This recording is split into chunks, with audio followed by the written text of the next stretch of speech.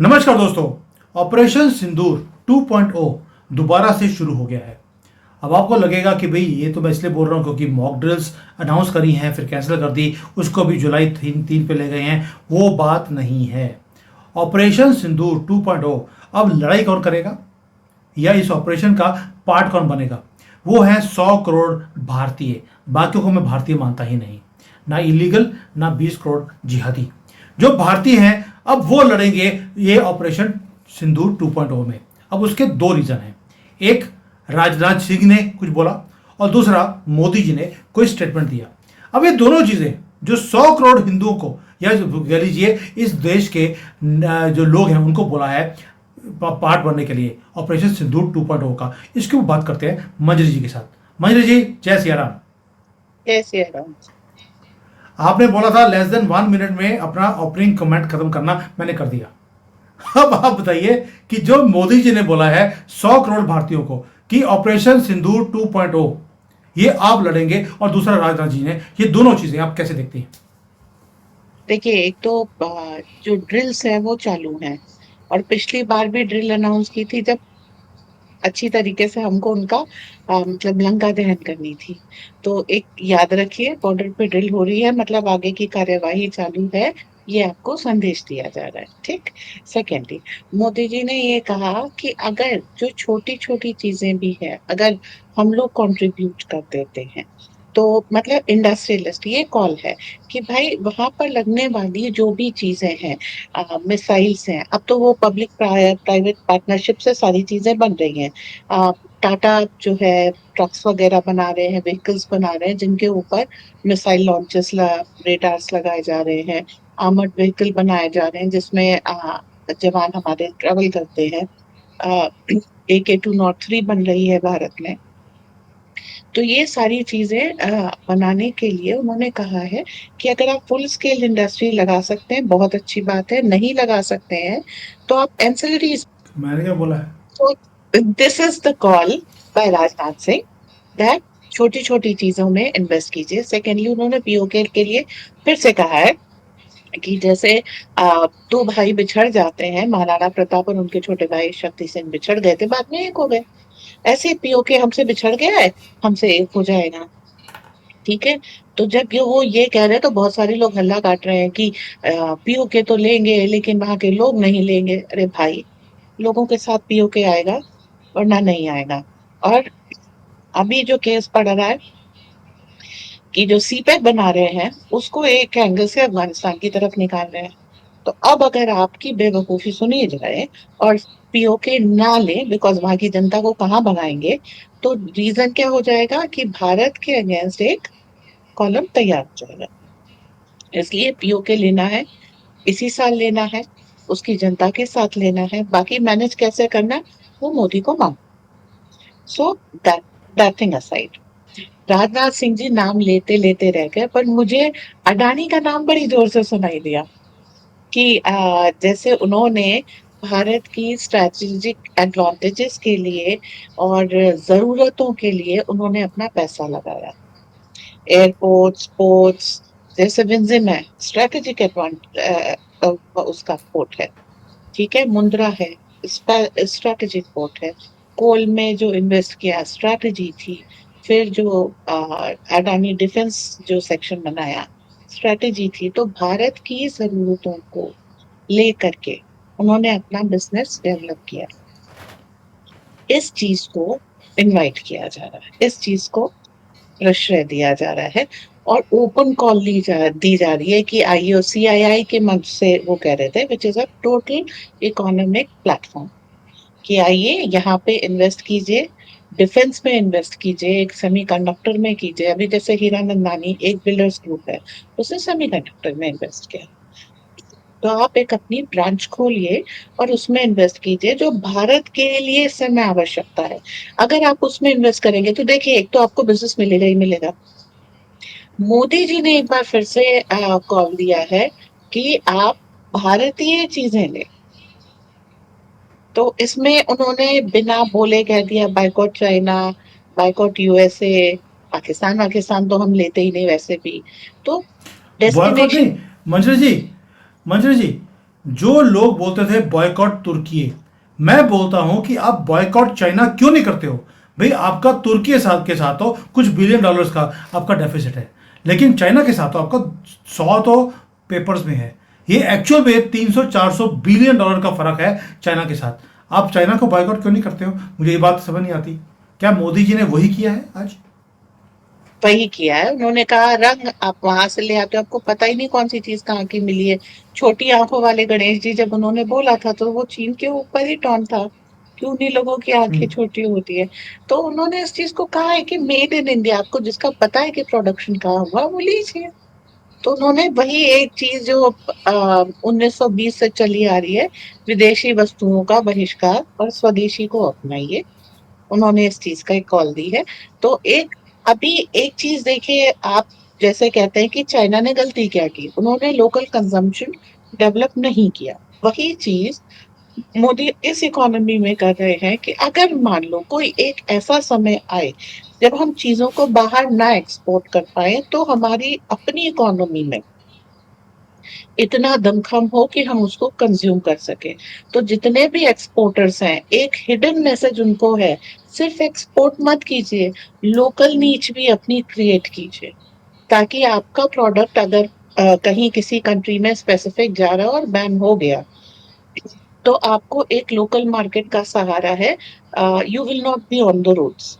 तो ये एक उन्होंने हर तरह से, देखिए एक मैं देखती हूँ जो कम्युनिस्ट हैं वो हमेशा बिजनेस और प्रॉफिट को गलत समझते हैं, और उनको किससे पैसा चाहिए होता है, लोकल बिजनेस डेवलप ना हो जाए और बाहर वाले मुझे पैसे दे करके मुझसे जो भी काम कराना चाहे वो करा ले।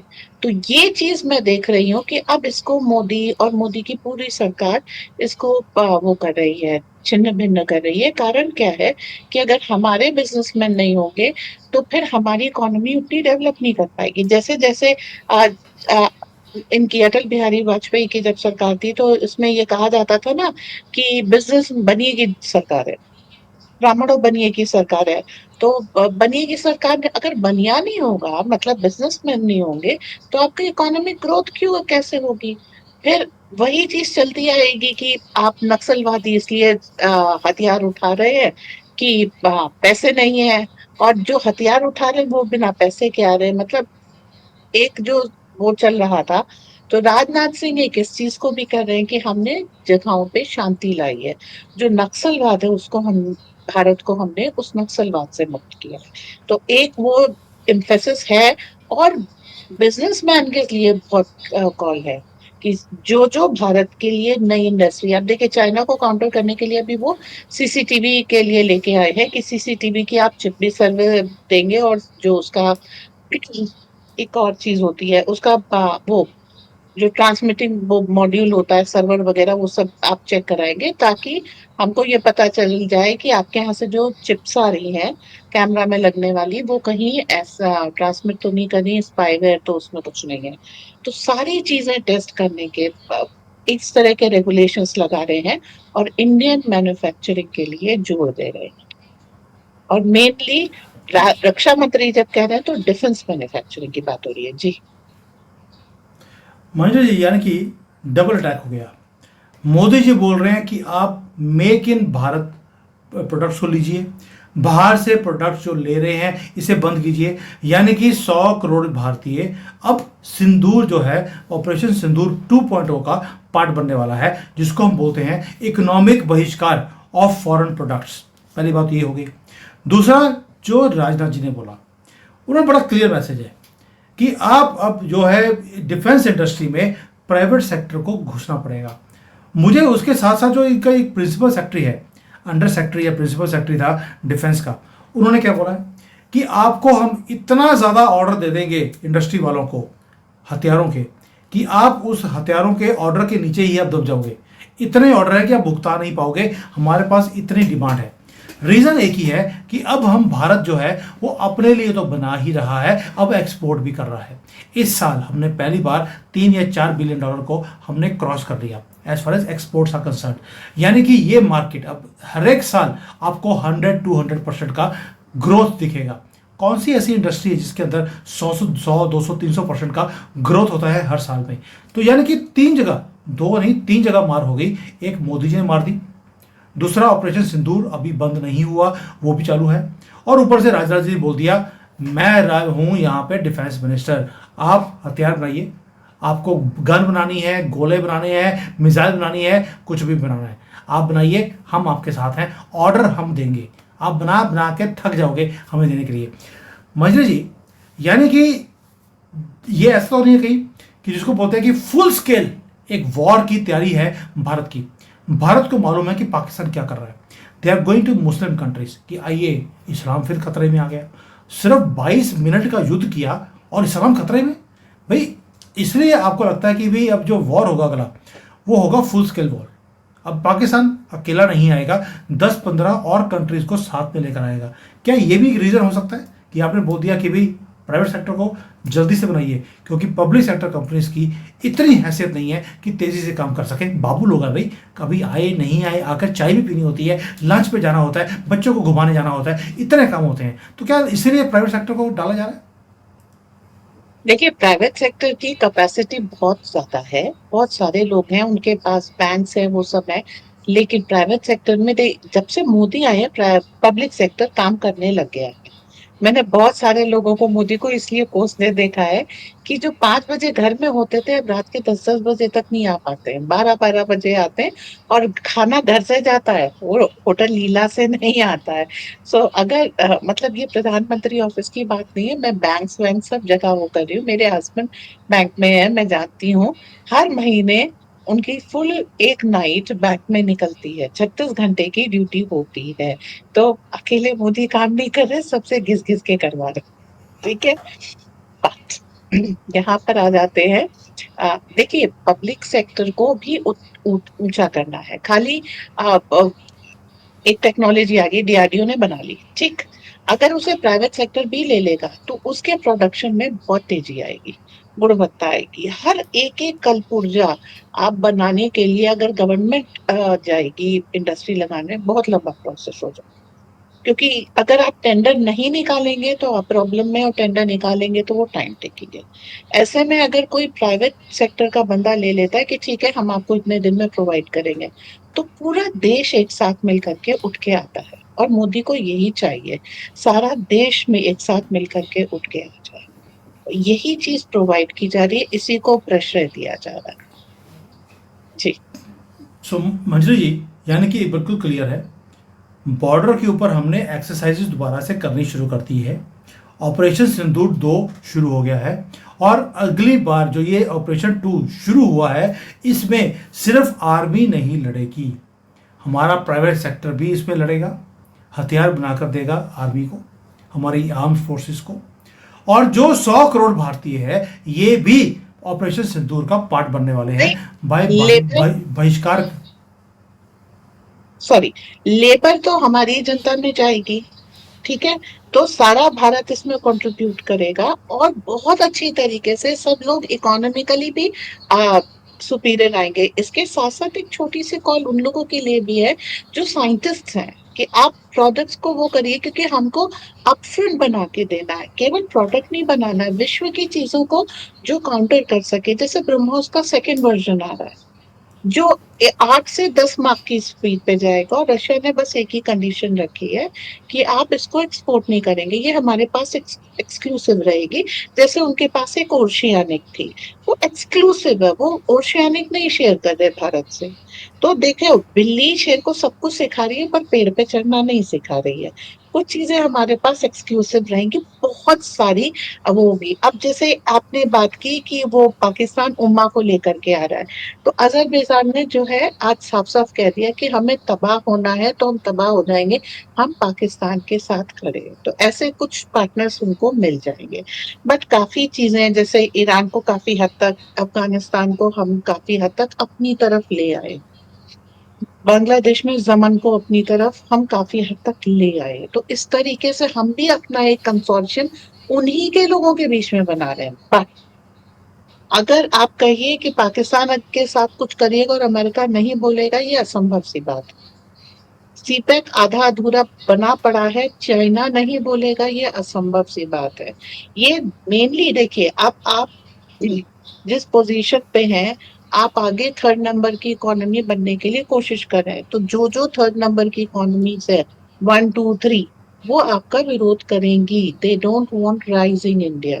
प्लस अभी हमको डिफेंस एक्सपोर्ट इसलिए भी बहुत ज्यादा करना है कि आप ग्लोबल साउथ के लीडर हैं। तो आप जब लीडर होता है जो कोई भी, उसके ऊपर होता है कि हम अपने लोगों की सुरक्षा करें। तो आपको बहुत सारा उनको हथियार देना पड़ेगा। एंड जो अमेरिका वगैरह से हथियार आते हैं, एक जो मिलिटेंट्स वगैरह को दिए जाते हैं, वो रिफर्बिश्ड होते हैं। तो चली, नहीं चली तो बिल्कुल अटक गई। सेकेंडली, उनके साथ कंडीशंस होती हैं, ये करेंगे वो नहीं करेंगे, इतनी गोली दूंगा, ये करूंगा। भारत क्या कर रहा है? गोली के जवाब में गोला। तो फ्री हैंड दे रहे हैं हम, क्योंकि हर एक को मालूम है ये आतंकवादी है। अब जैसे साले का मैंने केस किया था, माली में साले एक जगह है, उस साले में आ, आतंकवादियों के हाथ, उनका कम्युनिकेशन यूएस मजबूत कर रहा है। अगर माली को साले मैनेज करना है, तो उसे इन आतंकवादियों को अनकंडीशनली मारना होगा, खत्म करना होगा। क्योंकि आतंकवादी नहीं खत्म होंगे तो वो कंट्री सेटल नहीं कर सकती, ग्रो नहीं कर सकती, वहां पर इंसर्जेंसी चलती रहेगी और वो गरीब ही रहेंगे। अब ये कंडीशनिंग आपको हटानी है। आप वहां की सरकार को कुछ प्रोवाइड करेंगे, और जैसे ही आप ये करेंगे, तो deep state versus Modi intensify होता जाएगा। ऐसे में अगर आप भारत के पैसे बाहर भेज रहे हैं, तो वो चीज हमारे अगेंस्ट बहुत ज्यादा जाएगी। हाँ, हमको एक्सपोर्ट करना है, हमको उनको हथियार देने हैं, उनको मॉरल सपोर्ट देना, और उनकी जनता को एनेबल करना कि पहले वो इंसर्जेंसी से, जैसे हम लड़ रहे हैं, आतंकवाद खत्म होगा दुनिया में तो एक साथ होगा। तो जैसे हम लड़ रहे हैं, आप भी लड़िए, हमने ये विधि यूज की, आप भी ये कीजिए, ये मेरे वेपन थे, आप भी कीजिए। और इसीलिए ये पूरा डेलीगेशन भेजा गया है। और इसका ऑर्डर आएगा तो बनेगा कैसे? जो एग्जिस्टिंग फैक्ट्री है वो एकदम से 10 गुना प्रोडक्शन नहीं कर सकती। प्राइवेट पार्टनरशिप हमको चाहिए।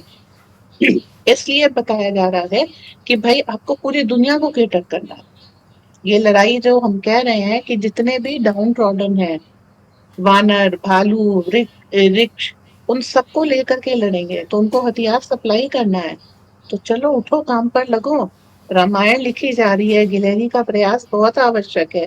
जैसे राणा प्रताप का एग्जाम्पल दिया था इन्होंने, राजनाथ सिंह जी ने।